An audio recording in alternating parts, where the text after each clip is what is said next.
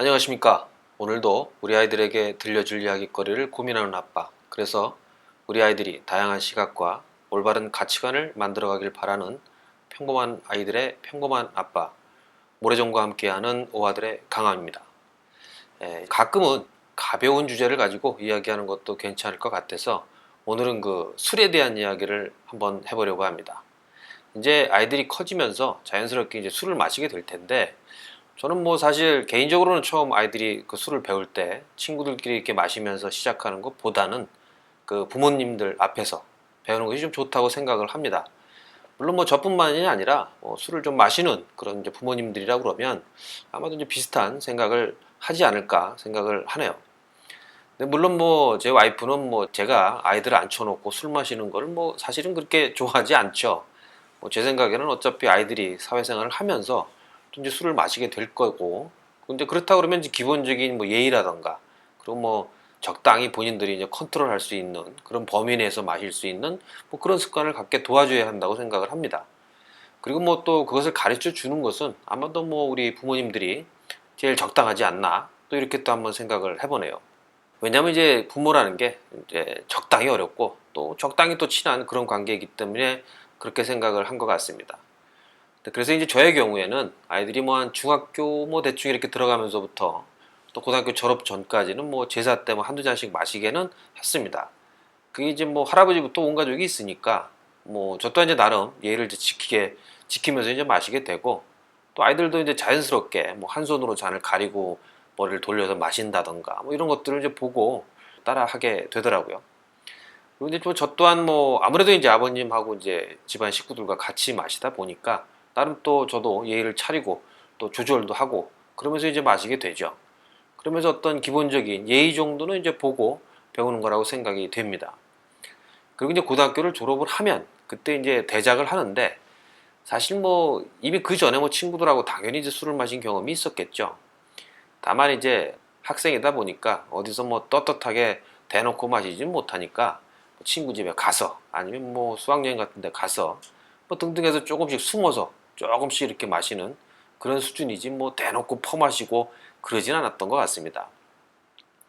이제 다만 고등학교를 졸업을 하고 난 그 이후에는 이제 뭐 합법적으로 대놓고 이제 마시는 그런 시기가 되다 보니까 바로 그때 이 술 마시는 습관을 잘못 갖게 되면 평생 이거 본인뿐만 아니라 이 주위 사람들까지도 아주 피곤하게 만들 수 있기 때문에 저 같은 경우는 이제 그때 첫 대작을 합니다. 여기서 이제 대작이라는 건 정말 완전히 취할 때까지 그렇게 이제 마시게 한다는 그런 뜻이죠. 거의 토할 때까지 이제 먹이는 건데, 물론 뭐 매일 그렇게 먹는 건 먹이는 건 아니고 첫 번째 이제 대작을 할 때만 그렇게 하는 거죠. 그러면서 뭐 이 얘기 저 얘기 해주는 거죠. 그래서 이제 오바해서 마시면 얼마나 힘든지, 그리고 이제 아무리 취해도 기본적인 예의를 그 지킬 정도의 그런 정신을 차리고 있으라는 거를 좀 가르쳐 주기 위한 거죠. 근데 뭐 와이프가 뭐라 하는 것을 보면 보기에 따라서는 별로 좀 안 좋은 방법일 수도 있긴 한 것 같습니다. 어쨌든 뭐 저는 그렇게 했습니다. 근데 뭐 사실 술이라는 게 이제 적당히 마시면 기분이 좋지만 이제 어느 정도 넘어가면 그야말로 이제 술이 술을 마시는 뭐 이런 분위기가 되다 보니까, 이게 만약에 이제 같은 또래 비슷한 그 친구들끼리 이게 뭐 감당도 안 될 정도로 이제 마시다가 이제 뭐 안 좋은 그런 이제 술버릇을 갖기 아주 쉬울 수 있다는 거죠. 근데 그렇게 처음에 술버릇이 나쁜 술버릇을 갖게 되면 정말 이제 나중에 실제로 되게 고치기 어렵지 않습니까? 이게 뭐 꼭 빨간 신호등 켜지면 기다렸다가 막 뛰어가는 놈부터 해서 뭐 길바닥에서 왜 이렇게 들어눕게 되는지 애들이 나중에 이제 피곤한 친구들 하나둘씩은 아마 기억을 갖고 있으리라 생각이 되네요. 그 오늘 제가 이제 아이들에게 술을 어떻게 가르치자 뭐 이런 이야기를 하려고 하는 것은 아니고, 이제 아이들이 커져서 이제 같이 술을 마실 그런 기회가 이제 아무래도 있으실 텐데, 그럴 때 이제 술에 대한 그런 이야기를 해주면 아무래도 이제 자연스럽게 대화를 좀 시작할 수 있는 그런 그 좋은 소재 중에 하나라고 생각이 되기 때문에 이제 술에 대한 이야기를 한번 해보려고 합니다. 자, 사실 이제 세상에는 이제 많은 종류의 술들이 있죠. 그런데 이제 사실 따지고 보면 크게는 두 가지로 나눌 수 있습니다. 뭐 약한 술, 독한 술, 아니면 맥주, 양주, 막걸리, 소주? 아니죠. 크게 보면 발효주와 증류주, 이렇게 이제 두 가지로 나눌 수 있을 것 같습니다. 사실 이제 세상의 모든 술은 이제 이 두 가지 카테고리에 다 들어간다라고 봐도 뭐 틀림이 없을 것 같네요. 우리나라 소주는 사실 이제 증류주에다가 물을 섞은 희석주인데, 크게 보면 이것도 이제 증류수의 일종이라고 볼 수 있죠. 사실 이제 세상의 술 종류를 보자면 이제 이거저거 따지면 무지하게 많은데, 이걸 뭐 다 이야기하려고 그러면 사실 뭐 한도 끝도 없을 것 같고, 특히나 이제 와인 같은 경우에는 이제 뭐 괜히 제가 아는 척을 해봐야 워낙 이제 고수분들도 많아서 어설프게 얘기했다가는 뭐 비웃을 것 같아서, 제가 이제 우리가 술 종류 하면 바로 이제 나오는 소주, 맥주, 양주, 요렇게 우리가 이제 일반적으로 알고 있는 요 세 가지에 대해서 이야기를 하고, 나머지 술들은 뭐 대해서는 이제 간략하게 혹은 뭐 그냥 대충 넘어가도록 하겠습니다. 우선 시작이 소주, 맥주, 양주니까 소주부터 시작을 해보도록 하죠. 원래 이제 우리나라는 청주하고 막걸리 정도가 오래된 술이었고, 그러니까 이제 전부 발효주인 거죠. 발효주 카테고리에 들어가 있던 그런 술들입니다. 근데 그럼 그 중에 어떤 것이 더 인기가 있었을까요? 요건 이제 뭐 사실 그 시대적인 상황으로 봐서 어떤 것이 뭐 인기가 더 있었느냐 이런 문제가 아니라 그냥 빈부격차라고 보는 게 맞을 것 같습니다. 와인 같은 경우도 그리스 시대에는 이제 귀족도 뭐 노예도 모두 이제 와인을 마셨는데, 사실 이제 서로 마시는 포도주의 등급이 틀렸다는 그런 차이밖에 없죠. 어쨌거나 지금의 그 대중주인 소주, 그러니까 이제 증류주의 역사는 특히 우리나라는 사실 뭐 그렇게 오래되지 않았습니다. 제가 이제 뒤에 가서 언급은 하겠지만, 이런 그 증류 기술이라는 것이 좀 아이러니하긴 한데, 한 1000년 전쯤에 이슬람 문화가 한참 번성할 시기에 그 당시 그 연금술사, 그러니까 이제 어찌 보면 화학자들이라고도 볼 수 있겠죠. 이들에게서부터 이제 증류주의 역사가 시작이 됩니다. 그리고 이제 징기스칸의 침략으로 그 기술이 동쪽으로 전해지고, 그렇게 해서 이제 걔들이 13세기에 우리나라를 침략했을 때, 그러니까 우리나라에 약한 술만 아까 얘기했던 뭐 청주, 막걸리 막 이렇게만 있었던 이랬던 시대에 국내에 이제 병참 기지로 삼았던 개성하고 안동에다가 증류 기술을 이제 이용해서 소주를 만들게 됩니다. 그러니까 이제 우리나라의 소주의 원조는 뭐 안동 소주다라고 이야기해도 틀림이 없을 것 같네요. 그런데 이제 중국의 오래된 역사를 가지고 있는 빼갈, 그러니까 이제 빠이주라고 얘기를 하죠. 이것 또한 사실은 증류주죠. 근데 이게 재밌는 이야기 중에 하나가 우리에게 이제 잘 알려져 있는 그 공부가주 있지 않습니까? 이건 뭐 공자가 심심해서 그 당시에 뭐 만들어서 공자 집안에서 이제 대대로 내려왔던 뭐 그런 술이다라고 이제 알고 계신 분들도 있긴 한데, 중국 애들도 이제 가끔 그렇게 얘기하는 친구들도 있더군요. 근데 이게 사실은 워낙 스토리 좋아하는 중국 애들 다 뻥이고, 이 사실은 1986년도에 그 공자의 고향인 곡부에서 그 한 양조 회사가 만들기 시작한 겁니다. 그러니까 이제 겨우 이제 30년도 채 안 되는 그런 역사를 갖고 있는 그런 증류주인 것뿐이죠. 그러니까 사실 따지고 보면 우리나라의 그 안동 소주보다도 한참이나 뒤에 이제 만들어진 그런 술이라고 볼 수 있습니다.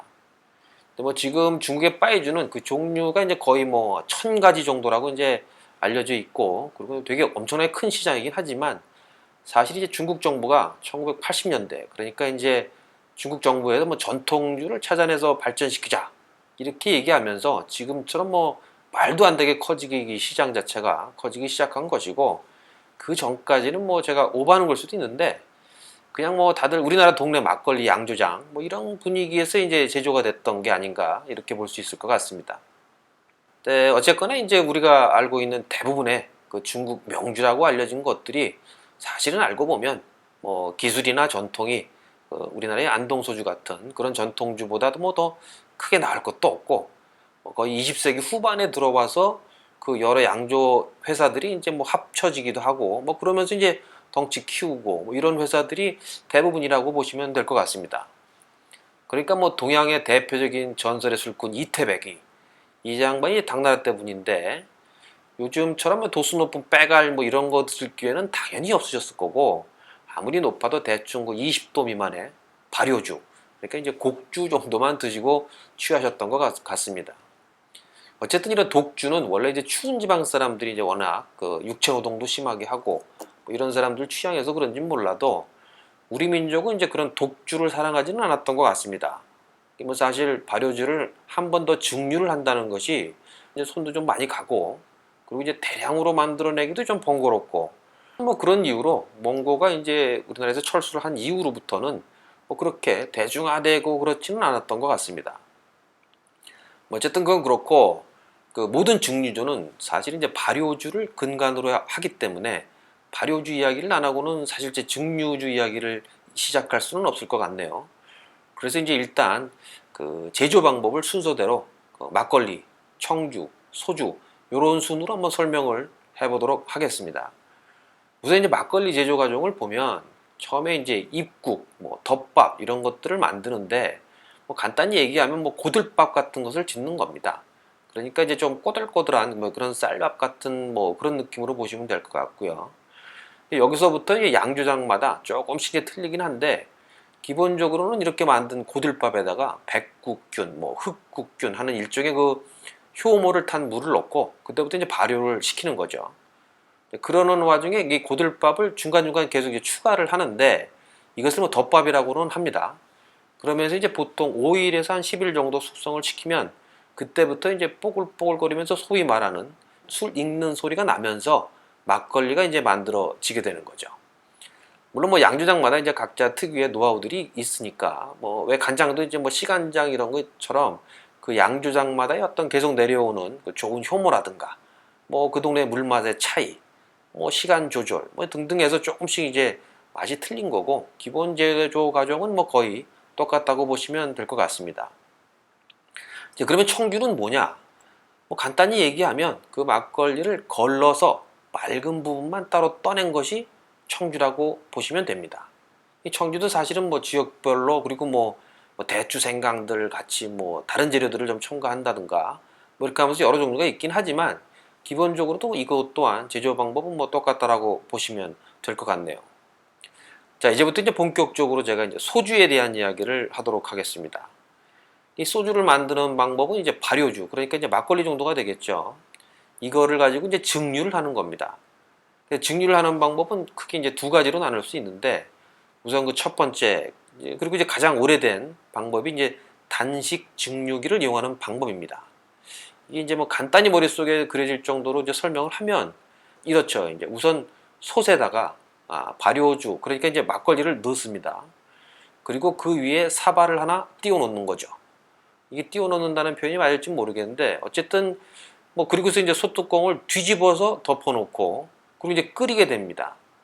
그러면 알코올과 물이 섞여 있는 이 막걸리 혼합물은 끓는 점이 78.3도 요게가 딱 되면 알코올이 먼저 끓게 되고 그리고 이제 기체로 변화가 되죠.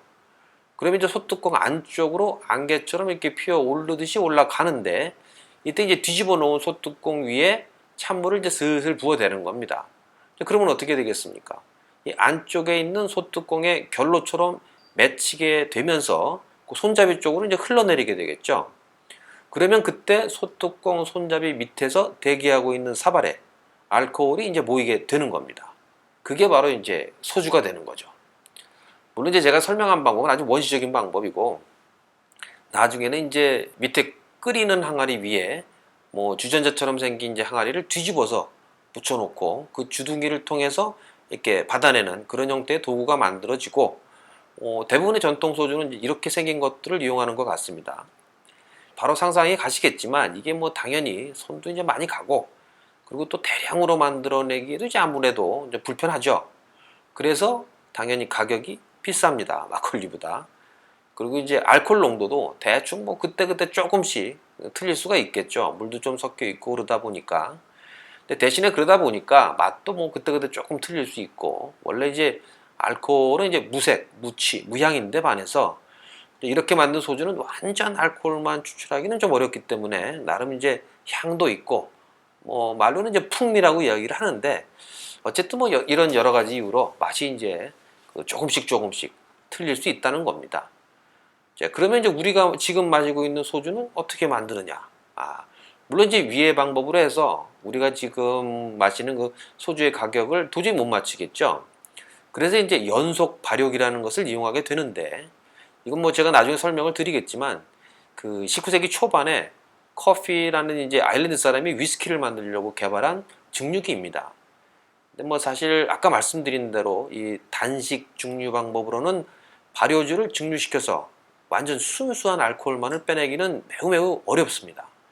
그리고 이제 끓이는 내내 뭐 78도를 유지하면서 불을 뗀다 이런 것도 사실 말처럼 쉬운 일이 아니죠. 당연히 이제 다른 물질도 좀 많이 있을 거고, 그러니까 물도 좀 섞여 있을 거고, 그러니까 이제 순도 100%짜리 알코올만 추출한다는 것이 어찌 보면 이제 거의 불가능하다고 볼 수 있을 것 같네요. 그래서 이제 우리나라 전통 소주도 이런 이제 단식 증류 방법을 이용하기 때문에 알코올 농도가 이제 100%가 아니라 대충 한 50도에서 60도 사이 이렇게 이제 대충 떨어지는 겁니다. 보통 위스키 같은 경우에 한 두 번 정도 이렇게 이 공정을 두 번 정도 돌리긴 하는데, 어쨌든 뭐 그랬는데 이제 연속 증류기는 말 그대로 여러 번을 끓여서 알코올 농도가 매우 높은 그런 액체, 정제를 한 추출물을 만들어내는 것입니다. 이게 구조적으로 보면 어널라이저와 이제 렉티파이어라는 이제 두 개의 큰 통을 사용을 하는데, 어널라이저라는 거는 발효주를 넣고 한 번 정도 끓이는 거고, 그 뒤에 렉티파이어, 그러니까 이거는 정육이라고 볼 수 있는데 그 석유 같은 거 정지하는 거랑 사실은 이제 같은 원리라고 보시면 될 것 같습니다. 이게 말로 설명드리긴 좀 그런데, 어쨌든 끓여서 기체를 만들고 위에서 찬 공기를 만나면 다시 액화가 되고, 그게 흘러내리고 다시 또 그걸 또 끓이고, 이걸 이제 계속 반복을 하면서 알코올만 뽑아내는 그런 어떤 장치라고 이해하시면 될 것 같습니다. 그렇게 해서 이제 순도 95% 내지 이제 96% 정도의 알코올을 뽑아내는 겁니다. 이걸 우리는 이제 주정이라고 부르는데, 어쨌든 이렇게 대량으로 뽑아낸 이 주정에다가 물을 타서 뭐 30도, 25도, 지금은 16도짜리 소주도 나왔죠. 그런데 이제 이렇게 뽑아낸 알코올은 무색, 무취, 무향입니다. 그리고 이제 소독하고 잡내 없애고 뭐 대나무 숯에 한번 탈취도 하고 여과를 시키고, 더불어 이제 맛도 좀 있어야 되니까 감미료도 좀 넣고 뭐 이렇게 되는 겁니다. 그게 바로 우리나라의 소주라고 보시면 될 것 같습니다. 사실 이제 보드카 같은 경우도 러시아가 이제 자작나무가 그쪽은 많으니까 자작나무 숯에다가 이제 여과를 시키는 것인데, 사실 뭐 우리나라 소주나 러시아 보드카나 이게 뭐 원료가 무엇이냐, 그리고 뭐 무슨 수치로 여과를 했냐, 요 정도만 틀리고 제조 과정은 뭐 거의 똑같다라고 생각하시면 될 것 같습니다. 그러니까 보드카도 똑같이 증류를 하고 물 타서 이게 만든 겁니다. 이게 뭐 다만 이제 도수가 좀 높으니까 물을 아무래도 소주보다는 이제 적게 탄 거겠죠. 그래서 이제 이것을 이제 우리는 이제 희석주라고 이제 이야기를 하게 되는 겁니다. 제조 방법 설명이 좀 길어지긴 했는데, 어쨌든 이제 그렇게 한동안 막걸리와 전통 소주에만 익숙하던 우리나라에서 1960년대에 이제 쌀 부족으로 인해서 뭐 순곡주 금리령 뭐 이런 것이 이제 떨어지고 나서 막걸리 제조가 좀 힘들어지니까 이제 그러니까 이제 뭐 가짜 막걸리 나오고 하면서 이 소주에 사람들이 이제 눈을 돌리게 됩니다. 그런데 이제 아까 말씀드린 것처럼 소주라는 것이 뭐 쌀을 발효시켜 가지고 이것을 단식 증류하는 것이라서 당연히 이제 대량 생산도 힘들고 또 가격도 비싸고 하니까 고구마 같은 것을 이제 이용을 해서 당미를 추출해 가지고, 그래서 이제 단가를 낮추고 이것을 연속 증류기를 이용해서 에탄올, 이거 뭐 다른 말로 얘기하면 이제 에틸알코올이죠. 이 에틸알코올 주정을 만들어내서 거기다 이제 물 타고 감미를 좀 넣고 해서 이제 대량으로 이제 싸게 만들어내게 되는 것입니다. 그래서 이제 한때는 뭐 화학주다 뭐다 이런 얘기를 하는데, 뭐 사실 따지고 보면 술이라는 게 어쨌든 발효가 되었건 뭐 발효한 것을 끓였던 분자 구조가 이제 바뀐 거니까 사실 따지고 보면 화학주 아닌 게 없다라고 볼 수도 있죠. 그러니까 우리나라 소주만 화학주다 뭐 이렇게 얘기하는 것은 틀린 이야기라는 겁니다. 통상 알코올은 보통 이제 에탄올하고 이제 메탄올 이렇게 두 종류가 크게 나눠지는데, 메탄올은 이제 공업용으로 만들어지는 거기 때문에 절대로 마시면 안 됩니다. 분자 구조 자체도 이제 틀리죠.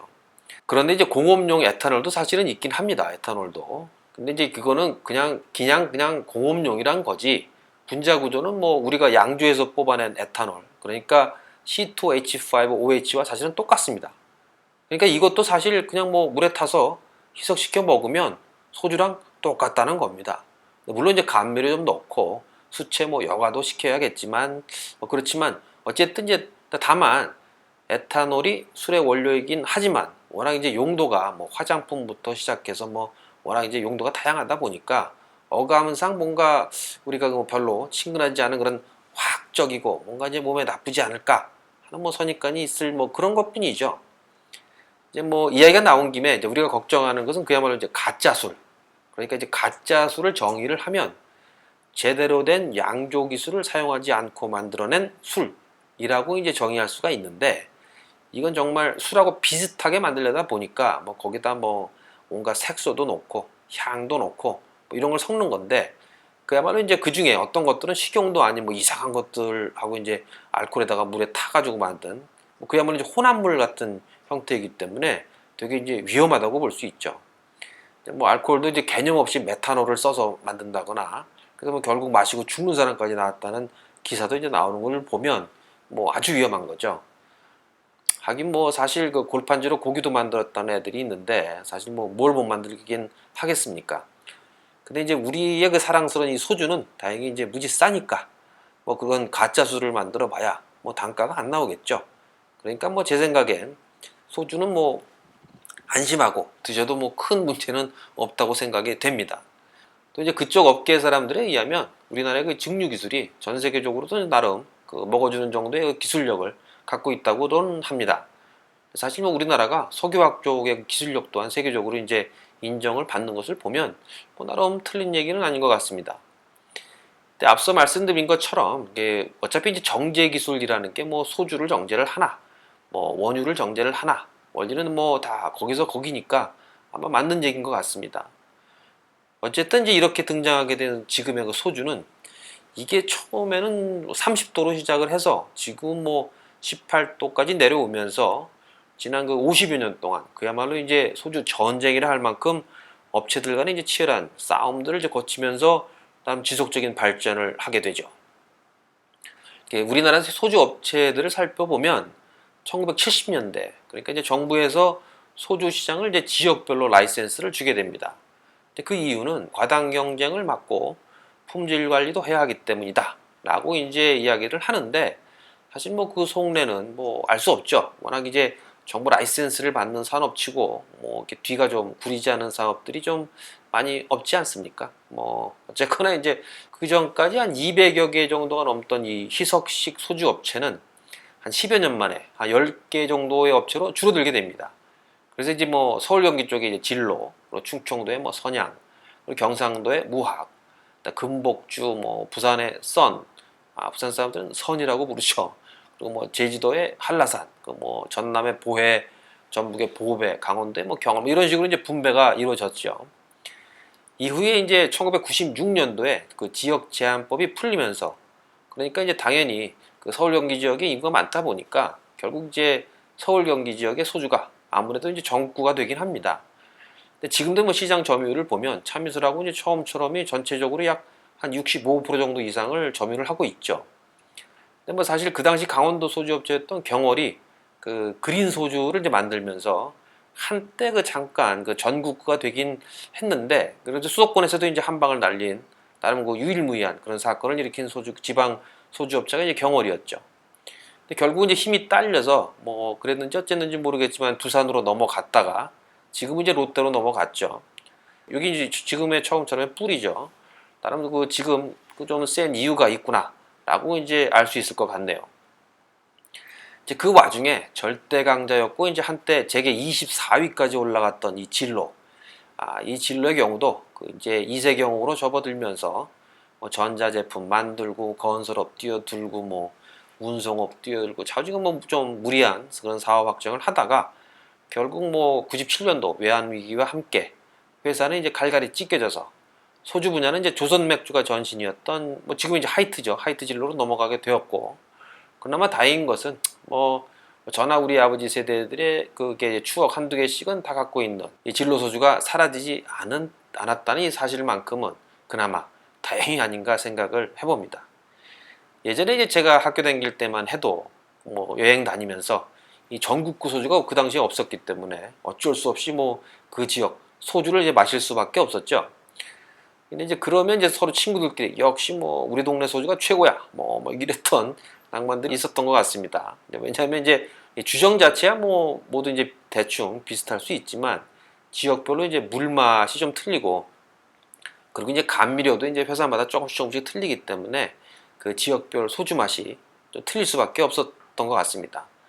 실제로 지금도 이제 같은 브랜드의 소주라고 해도 어느 지역 공장에서 생산되었느냐에 따라서 소주 맛이 약간 틀리긴 합니다, 사실.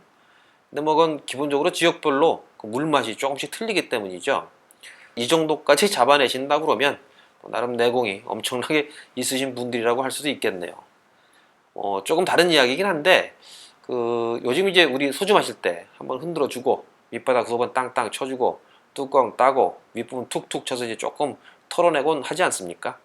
근데 이건 원래 예전에는 이제 생산 기술이 아무래도 좀 떨어지다 보니까 불순물도 좀 껴있고, 게다가 이제 예전에는 이제 기억하실지 모르겠지만 소주 뚜껑 그 안쪽에 그 콜크가 있었지 않습니까? 그러다 보니까 이제 그것을 이제 털어내려고 술꾼들이 이제 그런 아이디어를 좀 만들어낸 것 같긴 합니다. 요즘은 사실 굳이 아깝게 굳이 뭐 그럴 필요까지는 없다는 이야기입니다.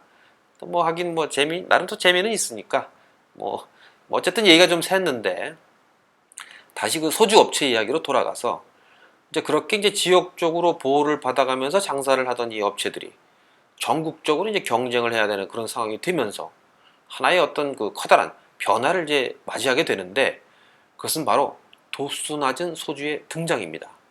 80년대부터 이제 슬슬 이제 출시가 되기 시작한 이 낮은 도수의 소주 시장은 이제 그린 소주가 이제 소주병 색깔을 그린으로 바뀌면서 뭐 순한 소주, 뭐 부드러운 소주 이런 식으로 이제 마케팅 포인트를 잡아서 시장에서 성공을 하면서 90년대 들어서 이제 업체들이 이제 경쟁적으로 너도 나도 이제 낮은 도수의 소주들을 이제 등장시키게 되죠.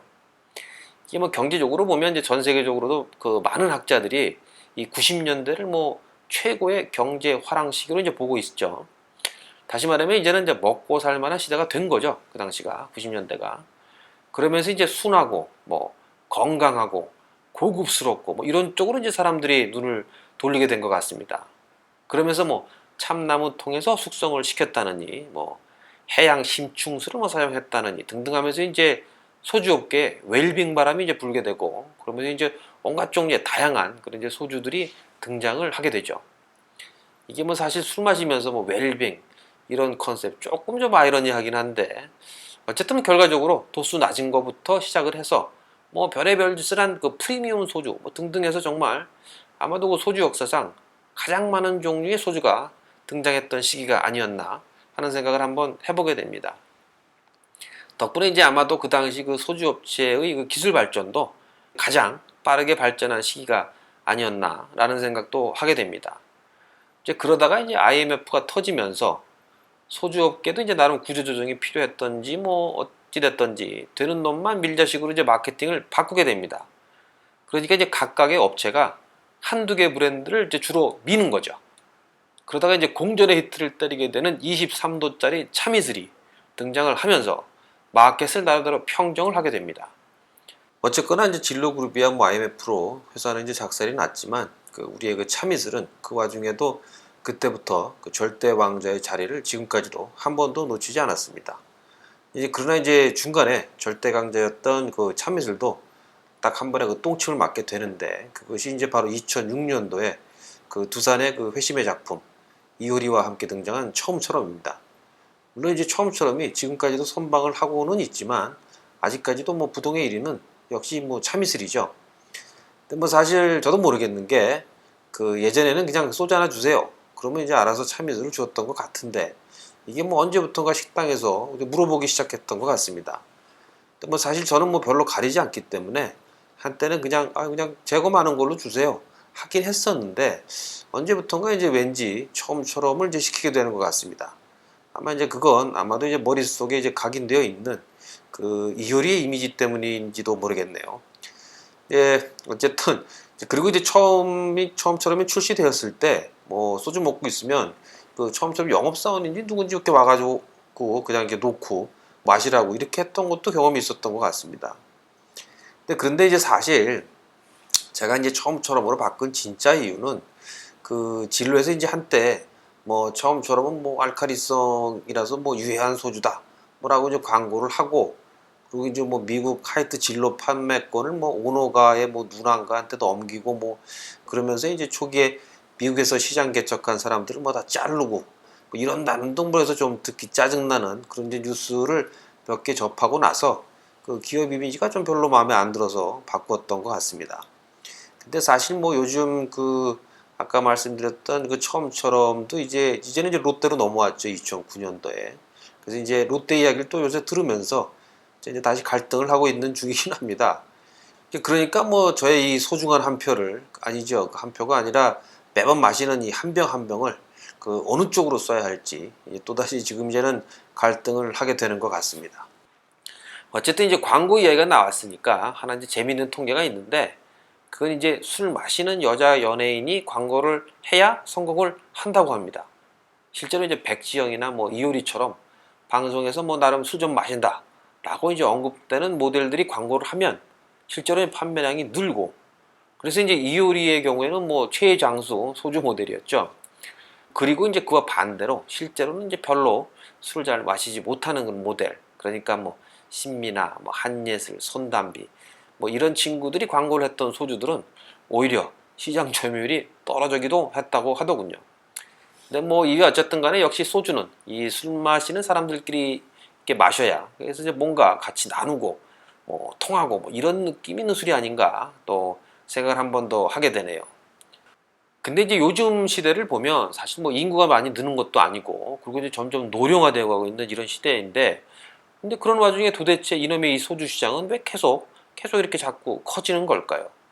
이게 뭐 사실 자료를 좀 찾아보긴 했는데 이 통계 기준이 뭐 제 각각이라서 좀 애매해서 정확히는 저도 잘 모르겠는데, 이 대한보건협회 자료에 의하면 2013년도까지 나온 자료를 보니까 이 희석식 소주만 봤을 때 15세 이상 우리나라 연간 1인당 소비량이 약 5에서 6리터 정도라고 나와 있습니다. 그러니까 한 병에 360ml니까 대충 한 15병에서 17병 정도 되는 것 같습니다. 그리고 뭐 증권회사 자료를 보니까 뭐 국내 소주시장 규모를 약 1조 5천억 정도로 이제 보는 것 같은데, 대충 한 병에 뭐 1,000원하고 뭐 5천만 인구 이렇게 나누면 한 30병 정도가 나오긴 합니다. 사실 뭐가 맞는지 잘 모르겠는데 어쨌든 뭐 저는 그 통계 자료에 의하면 꽤 이제 상위권에 속하는 것 같기는 합니다. 이제 어쨌거나 이제 우리나라 사람들은 그냥 뭐 소주를 이미 많이 마신다 정도로 이제 뭐 이해를 하시면 될 것 같네요. 그러면 이제 업계는 뭐 어떻게 움직이겠습니까? 기업이 이제 속성상 매출은 이제 항상 성장을 해야 되지 않겠습니까? 근데 뭐 사실 예전에 뭐 소주 25도였던 시절만 해도 이 소주를 즐기는 여성들이 뭐 그렇게 많지는 않았죠. 그래서 이제 낮은 도수의 술도 나와서 여성분들이 이제는 매우 적극적으로 동참하게 되고, 그리고 이제 도수도 낮아졌으니까 그 전에 이제 한 병 마시던 사람들이 아무래도 이제 아쉬우니까 또 한 병 더 먹게 되고, 뭐 얼마 전부터 리큐르라는 이제 과일향이 좀 나는 그런 이제 소주 출시도 되면서 요새는 뭐 그거 요가가 요새는 이제 뭐 없어도 못 파는 지경까지 왔다고 하더군요. 정말 장기간 지속적으로 시장을 확대하고 있는 것 같습니다. 근데 여기서 이제 사실 그 리큐르라고 하는 게 도수 좀 낮춰서 과일향 조금 이제 첨가한 건데, 그 보드카 쪽에 유명한 그 앱솔루트 있지 않습니까? 여기도 이제 비슷하게 뭐 사과향 넣고 오렌지향, 뭐 망고, 포도 온갖 것 넣어서 이제 수십 종류 나오긴 합니다. 근데 뭐 이런 걸 보면 이것이 아마도 이제 희석주 업계의 어떤 현재의 그 트렌드가 아닌가 이런 생각을 한번 해보게 되네요. 그런데 이걸 뭐 칵테일이다라고 이야기하기도 그렇고, 제가 이제 술은 발효주와 증류주라고 이제 크게 나눈다고 했는데 이제는 이제 이런 혼합주라는 형태도 이제 하나의 카테고리로 그 대접을 받아야 할 정도로 그 시장이 커진 것 같다는 생각도 좀 들긴 합니다. 이야기를 하다 보니까 이제 제가 소주 이야기로만 시간이 꽤 되어버렸는데, 사실 뭐 소주를 좋아하시는 분들이 워낙 많기 때문에 그 제가 이제 오늘 이야기한 정도는 뭐 워낙 다들 아시는 사실일 것 같기도 합니다. 다만 그 처음에 이제 이야기한 것처럼 그동안 이제 주로 퉁퉁거리기만 하는 그 청소년 시기에 우리 아이들과 별로 이제 대화가 없었다고 한다 그러면 이제 술에 막 입문하는 나름 약간은 이제 아빠와의 술자리를 기대하는, 그렇지만 좀 어색한, 그러나 또 이제 또 맨날 또 다른 잔소리만은 또 듣고 싶어 하지 않는 그런 이제 우리 아이들에게 그래도 이제 뭐 쉽고 뭐 편안한, 그리고 이제 아이들에게도 뭐 나름 흥미 있을 만한 뭐 이런 주제를 가지고 이야기를 시작하는 것도 나름 괜찮을 것 같습니다. 감사합니다. 강함이었습니다.